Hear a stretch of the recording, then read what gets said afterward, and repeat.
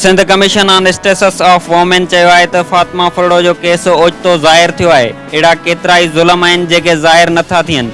फातिमा फरड़ो जे ॻोठ में का बि नींगरी स्कूल नथी वञे।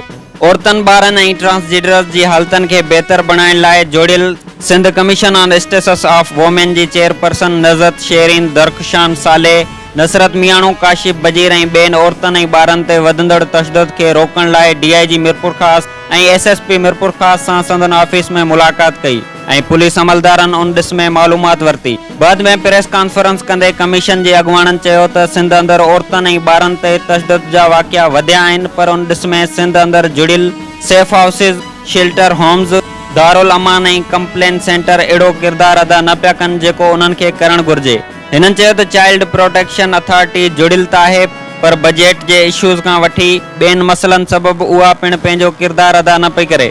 उन करे उन्हनि इदारनि जी कारकर्दगी खे बहितर बणाइण सां गॾोगॾु समूरी सोसाइटी खे तशदुद जी रोकथाम लाइ असराइता उपाउ वठणा पवंदा। हिननि चयो त फातिमा फरड़ो जो केस ओचितो ज़ाहिर थियो आहे। अहिड़ा केतिरा ई केस हूंदा जेके ज़ाहिर न पिया थियनि। हिननि चयो त संदन साम्हूं कुझु केस आया जिन में औरतनि जी पोइवारी ऐं मदद कई वई, पर बाद में औरतनि ते दबाउ विझी खेनि केसनि तां हथु खणायो वियो। हिननि चयो त फातिमा फरड़ो जंहिं ॻोठ में रहे थी उते छोकिरियूं स्कूल नथियूं वञनि ऐं ॿुधायो वियो आहे त उन स्कूल में टीचर ई नथो अचे। हिननि चयो त गुरबत सबबि माइट पंहिंजे ॿारड़ियुनि खे चंद पैसनि ख़ातिर हवेलियुनि ऐं घरनि में कमु करण लाइ मोकिले छॾनि था।